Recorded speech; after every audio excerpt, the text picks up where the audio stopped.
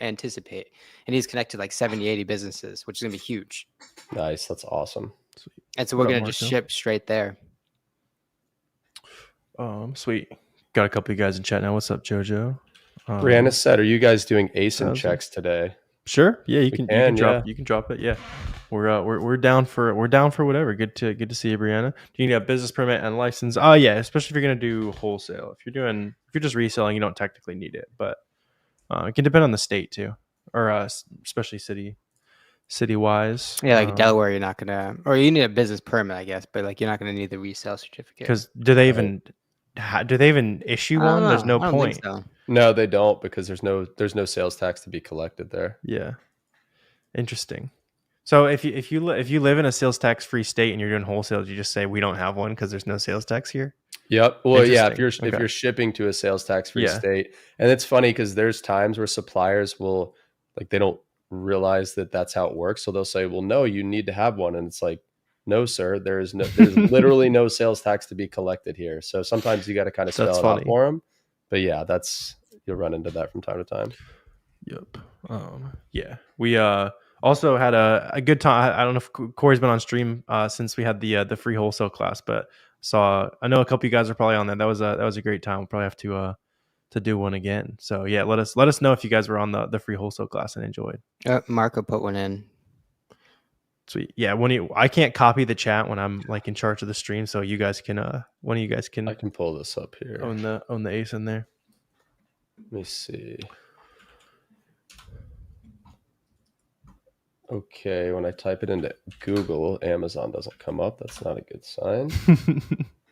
Is this a Stafford? Okay, it's a shirt. Stafford 4-pack. All right, let me share here. What's up, Charlie? Oh no, it's not. Yeah, it is. What is he? Okay, so Marco, tell us what are we looking at here? What do you want us to look at here? Yeah, assuming I bet you're gonna have a hard time making this profitable, Marco, just because it's cheaper than it normally is, and there has been a good amount of sellers, right? That's the first thing that sticks out to me is the new offer count. So right now we're sitting at 75 sellers on the listing, which, looking at the entire last year, is by far the most sellers that's been on this listing.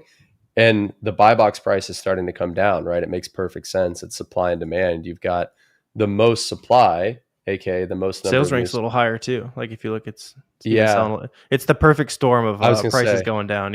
Yeah, perfect storm of the pricing starting to come down a little bit. So Marco said, I was thinking of listing FBM. So Marco, what's your buy cost on this product? I don't know if I actually have my SellerAmp FBM settings set up correctly, so my profit might not be super accurate there. Can't get them under 20. Yeah, if they sell for 29, then this is actually here. Scroll back down for me. Can you highlight between call it like February and May or February and April? This is actually a good keeper graph to kind of demonstrate the power of a repricer, right? Because if you look at that buy box, you see some oscillation, and it's $5 difference, right? And so using minimums and maximums is going to end up making you way more money in the long run, because a lot of people are going to set their minimum at 28, 29, 30. But if you actually look at the keeper graph, it's going up to 33, 34, 35 pretty much every day, consistently every single day.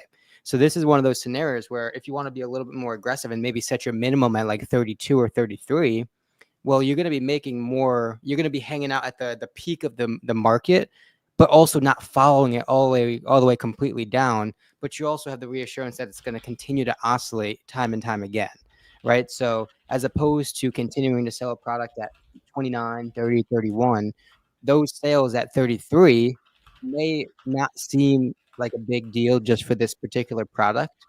But if you continue to use that methodology and apply it across your entire catalog, strategically applying mins and maxes according to markets and taking advantage of markets like this that have the upside, you're going to end up making and increasing your business margin several different points over the course of a month.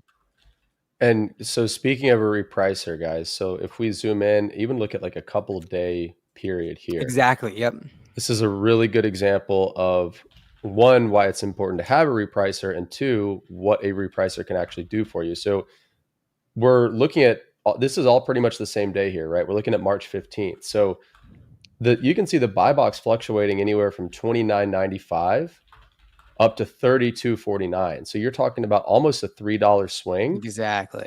Every couple of hours, because chances are people are using a repricer. So what a lot of people think is that a repricer, all it does is reprice down to get you in the buy box. But that's not necessarily the case. A good repricer should actually help you pull the buy box price up, right? So we're going and protect you from selling it lower than the optimized level. Exactly. Right, because of something like this, you have no business setting your price or minimum at 30. Because time and time again, every single hour on the hour, there are sales happening at 33, 35, and the market's increasing $4 or $5 each time. Right. So yes, you could get sales at the 29, 30 mark, but why would you want to when you can wait another hour or two and be in contention for that same buy box at a $3 price point higher? Yep, exactly. And so here it even jumps up another additional 70, 80 cents. Exactly. So again, without getting too deep into the weeds here on repricing, guys, I just posted it was like over an hour long repricing masterclass video on my channel yesterday. So go check that out, because if you're new to repricing, or if you want to learn how to dial it in and really optimize it, that video will help you do so. I don't even know how you talk about repricing for an hour. That's the impressive part. Yeah, it was. I had to use some probably show a bunch ideation there. Show a bunch of examples and that kind of thing as well. Yeah, exactly. George pops in. He starts talking to George for 20 minutes in the middle. There's the George. Hey, we do need a YouTube video made entirely by George teaching me about wholesale. It's just gonna be he'll make an appearance in future videos for sure. You see him? He's literally like face down back there. Oh yeah. Oh, he was slumped. Yeah, he's passed out. Yeah. What products should I focus on ungating before back to school season and Q4? So specifically for back to school season, there's going to be probably a lot more than you would imagine, right? Obviously, the backpacks, the lunch boxes are like the cliche items, but the cool thing is, and we talk about this at to large extents. If you start with those sorts of products and then let that product branch you out, you're going to find the more nuanced stuff, the more niche stuff that's going to end up being more profitable, right? So what I would say is go back to enter in or search Nike backpack. Create a list of 6, 10, 15 products, different ASINs that popped off last Q4, last August-ish, right? And then just start looking and monitoring through all those storefronts, right? Because the theory is those sorts of sellers executed on a profitable strategy last year around the optimal time, and you're just using a cheat sheet to your advantage as you come around this year, right? So use and monitor all those different storefronts as we approach the next month, and just let those kind of listings speak for themselves and lead you to other opportunities, right? And so to answer your question, we're talking Crayola is going to be really good. A lot of clothes do really well. Obviously, fall-ish sweatpants, sweatshirts, those sorts of items do really good. Any sort of we lost him. Any sort of arts and crafts supplies. I mean, just think about things that are revolving around school, right? It's not only going to be the duffel bags, the backpacks, the crayons. There's going to be so much more to that. And everything the kids need to look like the cool kid, a lot of little stuff, things like that. You need your Crocs charms for high school. You need your That's true. Lee, man, so the link, I don't have the link handy. It's the video I posted on my channel literally yesterday. You can't miss it. Dre said, what repricer do you guys use? I use Seller Snap. I've been using them for 5 years or so now. Most big sellers I know use them. In fact, probably all big sellers that I know use them. So if you're brand new, it's not a good option because it is on the higher end. Yeah. Be Cool or one of those when you're on the smaller end, when you're like 100K plus. Just test Seller Snap, see if it's better for you. But it doesn't make a lot of sense until you're there. Sweet. What up, Joe? How you doing, man? The man, the myth, the legend. Can you explain shipping fees when starting FBM for Expedited in 2-day? Yeah, JP, you can just look up like FBM shipping guide on YouTube. There'll be a video I'm like breaking down my template and that kind of thing. Basic rule though is just make sure that there's a big like flat rate plus a per pound fee on those shipping methods. And you usually won't do too much of it outside of like peak demand season. So like back to school, Christmas, that kind of thing. When people want it at the last second and they're fine with paying a big premium, that's what you want to be going after. And going back to the back to school, the cool thing and probably the most powerful aspect of back to school is a lot of it's FBM friendly, right? So if you kind of use the FBM lens with a lot of the products you're looking for, you can source in a very de-risked fashion where you're buying things, listing them, potentially same day, a couple days after, selling them a couple days after that. So there's not really a whole lot of risk associated with that sort of time period because everything's moving so fast and it's all likely going to be a lot of FBM stuff. For sure. Question: leave a test a product, sell a unit twice a week. Could that be considered all in, buy or move on? I mean, if it sells twice a week, it's not like you're not spending you're not betting the farm on it, but there's no reason to cut off profitable products, right? Especially if it's like a high per unit profit, then buy your 10 to 15 a month and move on to the next thing, add another product to the catalog. Those smaller ones can add up. And then eventually you'll get to the point where you have so many products and you get to be a little bit pickier with your opportunity. But unless you're at a point where you're ready to be picky with your opportunity and you got more leads than money, then buy everything that's profitable, to be honest. Well, that's like a big part of just naturally maturing as an Amazon seller, right? Thinking of every single product you buy into as its own sort of P&L, profit and loss, right? And when you kind of think about it with that lens, well, the product that sells once or twice a month, but still checks the boxes and meets your criteria still makes a lot of sense, right? With that being said, every product should succumb to a sort of profit target on a monthly basis, whether that for you is 200, 500, 1,000, 250, right? Whatever that number is for you, use that as sort of like a rough line in the sand that says, okay, every product I bring into my business, because it adds more risk to my business, needs to be worth it, right? And the number goal is the best way to validate that, right? And so for you, if a product needs to be generating, call it $200 a month, well, a product that sells 2 times a week that you are going to actively sell 2 times a week, well, it's easy math from there, right? If your goal is 200, selling 2 times a week, right? That's what, 8 times a month. 200 divided by 8, you're looking at about $20-ish of profit required per sale to make it worth it in your business. And that's kind of like the P&L mindset that I think is going to really change the trajectory of your business, because it allows you kind of to compare all products on a level playing field that look inherently different, right? One product is going to sell 50 times at maybe $1. Another product is going to sell 200 times at maybe $1.50. But when you kind of create a common denominator, a single value metric that you can use to evaluate all products on, I think it creates a lot of efficiencies with how you're comparing products. Bang. Let's see. Mark, are you saying that if that item we were looking at earlier is 19, that's not going to be any good because it was like $30 sale price. Generally, if you can, you want to sell it for like double what you're paying. So you'd want that to be like a $38 sale price. That was like 29 or something like that. Sent in 10 items. They said it only got 7. Yeah, it usually evens itself out. Unfortunately, when your business is small, those kind of inconsistencies are a lot more magnified. But like, give it a couple months, right? As when you have 15 ASINs as opposed to like the 2, those things will even it out. And honestly, you won't even really be able to have to think about them. It just kind of, because a lot of stuff will check in, a couple units over, a couple units under. It's all kind of a net even. Go ahead and open that specific shipment on the back end too, and you can get reimbursed for your buy cost. Used to be a lot more than your buy cost. That was like one of the more aggressively horrible changes they've made recently. But you can still get your money back for your buy cost. Zoink said, as a new seller, should you avoid selling items with 20 plus offers? So the answer to that would be no, because just because there's 20 plus offers, if the demand can support it, then it's still a good product. Second question, should you keep prices updated to compete with others, and do prices change on a daily basis? So the answer to that is yes. So we were just talking about that a couple of minutes ago using a tool called a repricer. So a repricer will be constantly adjusting your pricing up and down to keep you in the buy box.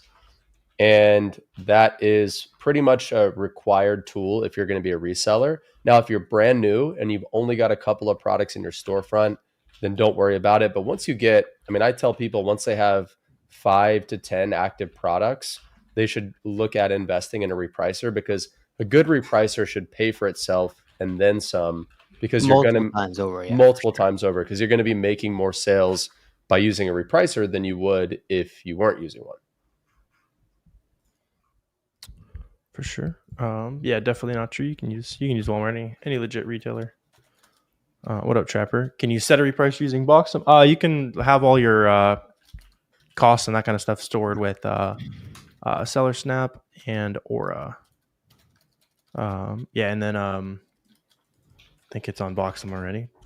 there's one more. I'm not sure if I'm if it's public yet, but let me check real quick. Let's see. Did see mixed reviews. Yeah, you can definitely use Walmart though.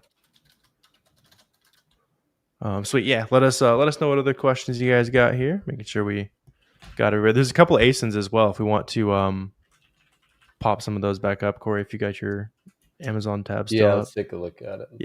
That's always fun. The one from Brianna. Yeah. All right, let's look. Celestial Seasonings.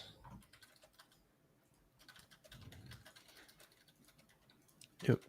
Yeah, Laura, if you need like vehicle or Aura for if you're like getting started, and then once you're like crushing it, you can check out Seller Snap as well. That's just a little more expensive. So it's like a T or something like that. It definitely looks like a very, very heavy arbitrage listing. It's like I was gonna say, tea bags for $15. Like, yeah. Yep. So again, Brianna, would love to know your question here and what your buy cost is. But seems pretty stable. Yeah, pretty stable price. Selling anywhere between 50 and 100 units a month. Looks like how many other FBA sellers are on the listing. So there's 6 FBA sellers. So this is what I don't love about this listing, is that the product's only selling, let's just say 50 units a month, but there's 7 FBA sellers on the listing. And it looks like at least 6 of those 7 are priced within, 50 cents of each other. So really, if you're splitting the 50 sales per month with 6 to 7 other sellers, if you're on this listing already or not, so you're probably only going to sell 6, 7, 8 units of this per month. And at a $14.18 price point, you're probably paying maybe $4 per unit for this. So you might be making $3 to $4 a unit, but if you're only selling 6 or 7 of them a month, then you're making, $30 a month in profit from this listing. Which again, if you're a newer seller, it says 100 plus bought multiple times, not 100 plus bought per month. So yeah, if you're a newer seller, I mean, you might be perfectly fine selling a product that makes you $30, $35 in profit per month, especially in grocery where there's no returns. So you don't have to worry about returns eating into your margin. For me, I wouldn't buy this product only because I want products that are going to sell more volume. It really just depends on you and your goals there. What are your guys' thoughts? Are you kind of seeing it the same way? Yeah, looks like you're not getting rich off it, but it's very high ROI, like consistent flip. Like we're talking about, these are the things you get picky with later on, but you don't get to only hit home runs when you're starting out, right? You want to hit everything that's available for you. Yeah, exactly. So again, let's just assume you're paying $4 a unit, right? If that's the case, then you're getting a 90% ROI. So you're almost doubling your money on every sale. Again, you're doing that 6, 7, 8 times a month. It could be a really good beginner product. Brianna said, how would you ungate this and would you recommend? So as far as would we recommend, we kind of just explained the thought process there. How would you ungate this? I bet you could probably buy this from like Target, in which case I would just use Target order confirmation to ungate this. Yep. Yeah, wherever you bought it profitably. Let's see. Carlos, let's see this. Yeah, Carlos had an ASIN. But then again, something that sells 50 times a month, that's going from 2 to 10 sellers, is way more impactful than something that goes from 10 to 15 or offer count and sells a couple hundred times a month. Right. So Carlos buying this for $220, selling 9,000 plus units. Oh, so 9,000. So this is where it gets a little misleading. You see how it says 9K plus bought multiple times? Have you seen that? So there's sometimes where at first glance I look at that, I'm like, oh, this thing sells 9,000 units a month, but it's misleading. That's like repeat customers. Exactly. Yeah. So what I like to do is look at the Keepa and see, okay, well, this thing, if you look at the last month, this thing's selling really 2,000 to 3,000 units a month, which is still really good. So let's just assume right now it's selling 3,000 units a month. One thing that I don't like about this listing, Carlos, you see this big drop right here on the new offer count. So back December 24th on Christmas Eve, what a shitty Christmas gift to get.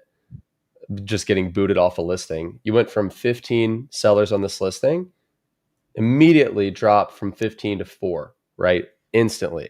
So what that tells me is that on December 24th on Christmas Eve, the brand probably sent IP complaints to 11 sellers on this listing, right? Just booted them off the listing.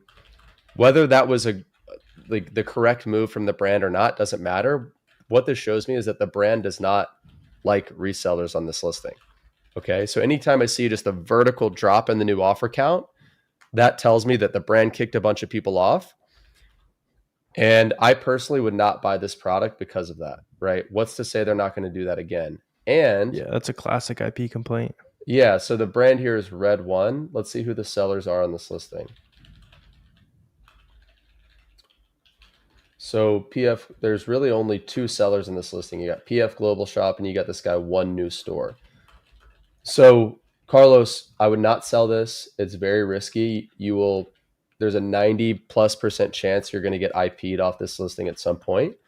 Now, if that weren't the case, if this were just like a normal listing and you were making $1.50 per unit, 71% ROI on something that sells 3,000 units a month and a 17% margin, then I would say this is a great product. So I hope that makes sense. Carlos gave me the salute, so he gets it. But yeah, I hope that helps. For sure. What up, Tony? Yeah, we're checking. Oh, Tony, I haven't seen you in a minute. What have you been doing? Good. How's Vegas? Sweet. Couple good questions here as well. Let's see, Brianna was asking if that one product was high in competition. So I see this a lot. Like a product isn't high in competition just based on like an arbitrary seller count. It's high if it has more sellers than average, right? And especially if it has more sellers than average and the sales rank is the same or less, like that product we are looking at a second ago. If there's more sellers than ever, but the sales rank is also higher than ever, it could be in the best position it's ever been, right? So it's kind of a sliding scale. It's not necessarily like an easy, this is too competitive, this isn't kind of thing. What advice would you give for a starter looking for a product to sell in terms of competition, price range? Do I start with products that have low competition, low prices? Your advice. I mean, we can spend 2 hours answering these sorts of questions. Because I mean, similar to what Warner was talking about, you're looking for consistency, right? As a macro level as it gets, you're looking for stability and consistency. Stability and consistency within the offer count, within the price point, and within the sales rank. Those 3 metrics, if they're stable, you're likely going to be happy, right? Assuming obviously you're buying with profitability in mind and all those sorts of things, right? But as long as you can depend on what's happening, well, you can solve for the factors that you don't know, right? And so what I would say is aim for at least a 15% margin starting out, right?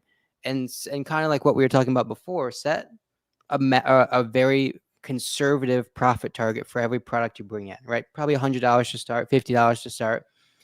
And what that means is every single product you say yes to, in turn, should generate $50 or $100 per month in profit for your business, right? Whether that means that you're going to sell a product 5 times for $20 profit per unit, or 20 times for $5 profit, or somewhere in the middle, right? Use that sort of rough line in the sand to say, okay, this is my guideline of what a product should be, and I'm going to build and iterate off of that. Obviously, keep in mind the sorts of red flags that we're looking for in terms of like increasing offer count or like brand on the listing or something that's mapped and probably not super successful potential like we were just looking at. But look for stability, consistency, and then solve for your profit number. And a lot of times and of course you're going to iterate on a lot of things because there's no one size fits all answer, but it gets easier and easier as you kind of go. Yeah, right. This week is an awesome time to be getting started though. 4th of July sales are some of the, probably a top 5 to definitely top 10 like sourcing holiday. So, yeah, just start firing up storefronts. Like it's not rocket science, especially early on. Like, it's how do I scale to 10K a month, that kind of thing. Like there's no scaling to 10K a month. It's just opening storefronts, learning brands, do it for a couple months, and you're at 10K a month. Scaling is 100K, 200K, that kind of thing. You're having to figure some stuff out. Like, like truly anyone, you just fire up some storefronts, especially with all these sales going on. You find a lot of opportunity, and all of us have good videos you can copy on, like how to actually dig through these sales, dig through some wholesalers if you want to learn from Corey, that kind of thing. Like, a lot of good information out there for you. Nick had a question earlier. He said, what's the best way to get into contact with brands to open up a wholesale account? So Nick, I have a bunch of my videos on my channel are about this exact topic. And here in the next couple of weeks, I'm actually doing a longer, like multi-hour brand direct masterclass video on my video. So watch out for that. But Nick, the gist of it, it's super simple. You'll find brands that are not like a mega brand, right? Not like a Procter and Gamble type brand, but more of like a niche brand that's still selling well. And it's as simple, dude, as Google their website, call them up, be specific about what you're looking for. Say, hey, I'm looking for this specific product, and ask to open a wholesale account. And if you have that conversation 20, 25, 30 times, you'll land at least one. That's pretty much how simple it is, right? That doesn't mean it's easy, but I've got a lot of videos on my channel about how to have that conversation, how to approach brands, specifically which brands to look for in more detail. So hopefully that helps.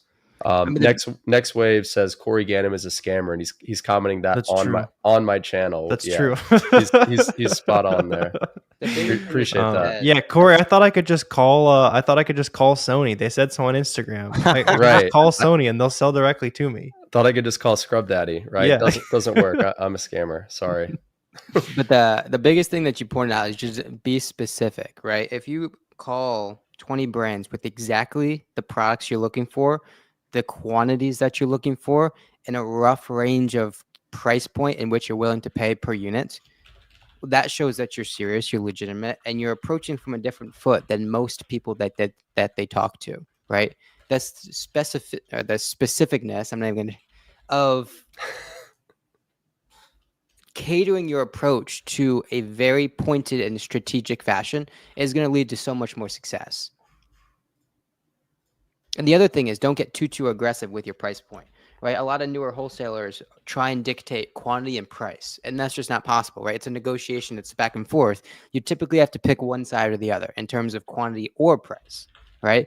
Once you build a relationship, maybe you have a little wiggle room on both sides, but typically it's either you get around the pricing you want or the sort of quantity you want, and you kind of have to have some flexibility with the other, right? And so typically price point is probably the one that you want to index on and let that quantity be on a sliding scale.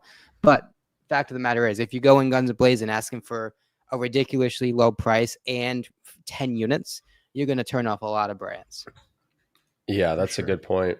So Nick, as far as how big of a brand to look for, so again, I'd recommend watching some of my videos. Just search Corey Ganim wholesale account on YouTube, and I go into like exactly what filters to set, exactly what to look for in really big detail. And then somebody said, Warner, Corey, interview a distributor and what they look for in a wholesaler. So Warner, do you have a video? Yeah, I have a video. I drove down to like a wholesaler like an hour from me up in Wisconsin. I talked to him for a little bit. Yeah. You should do that too, Corey. It's fun. Dude, we did that. I need to do it on the channel. We did that during the wholesale challenge. We interviewed Marlon Peralta. He's not in the distribution game anymore. Otherwise, he'd be. Actually, I've got a podcast. So LOLZ Pro. If you look up, I guess this was back when it was the Amazon Wholesale Podcast. Look up the Amazon Wholesale Podcast, keyword Marlon, Marlon. It's like episode 11. It's like almost 2 years old at this point. But I interviewed a distributor sales rep, and it's exactly what you're looking for. For sure. Sheila, no. I do not recommend buying leads because you're not going to learn anything. And most of the leads you buy are going to be trash anyways. We can do a quick little lightning round. Make sure we got everybody's question. We could probably go ahead and wrap up there. Let's see. Business name. Yeah. Storefront name. Make sure your address matches your seller account, that kind of thing. You know what Sheila's talking about? Do you have a video on your rinse and repeat method? So if you're referring to, this is probably what we talked about in the wholesale training last week, where we find one brand using storefront stocking, then we find more sellers from that same brand, and then we basically create unlimited leads. Sheila, I don't know if I have a video on that specific topic, but that's a really good idea. I can make one for sure. I'll add that to the list there. For sure. Damn. No love for Garrett. All right. I know. Come on. The heck. Sweet. Yeah. So good question here. Like if you want to sell any specific type of product, go to any brand in that category that has a lot of listings with 3 or more sellers, see what other brands they sell. But like Vitacross, iHerb, but 2 of the retail store brands. Walgreens. Equate brand will show you some other arbitrage sellers. Yeah, that kind of stuff. Sweet. Lots of good questions, good vibes. I'm sure we could be sitting here for hours and hours. But you guys have a good rest of your day here. We'll probably go ahead and wrap up. Hope everybody's got some good 4th of July plans as well. We'll be live. At least I know I'll be live before then, so it won't be the last time I see you guys. But make sure you guys check out videos on these guys' channels as well. Garrett and Corey both post a bunch of good content on wholesale, sourcing, all that kind of stuff. So yeah, lots of good stuff. And then also for those of you guys that haven't seen it, the Boxum Analytics launch is live. If you have a pro plan, you can check super detailed analytics for everything you need to see. So no reason to use any other software that tracks your numbers and that kind of stuff. You can import it over super easily. But yeah, good Sweet vibes. All right, guys.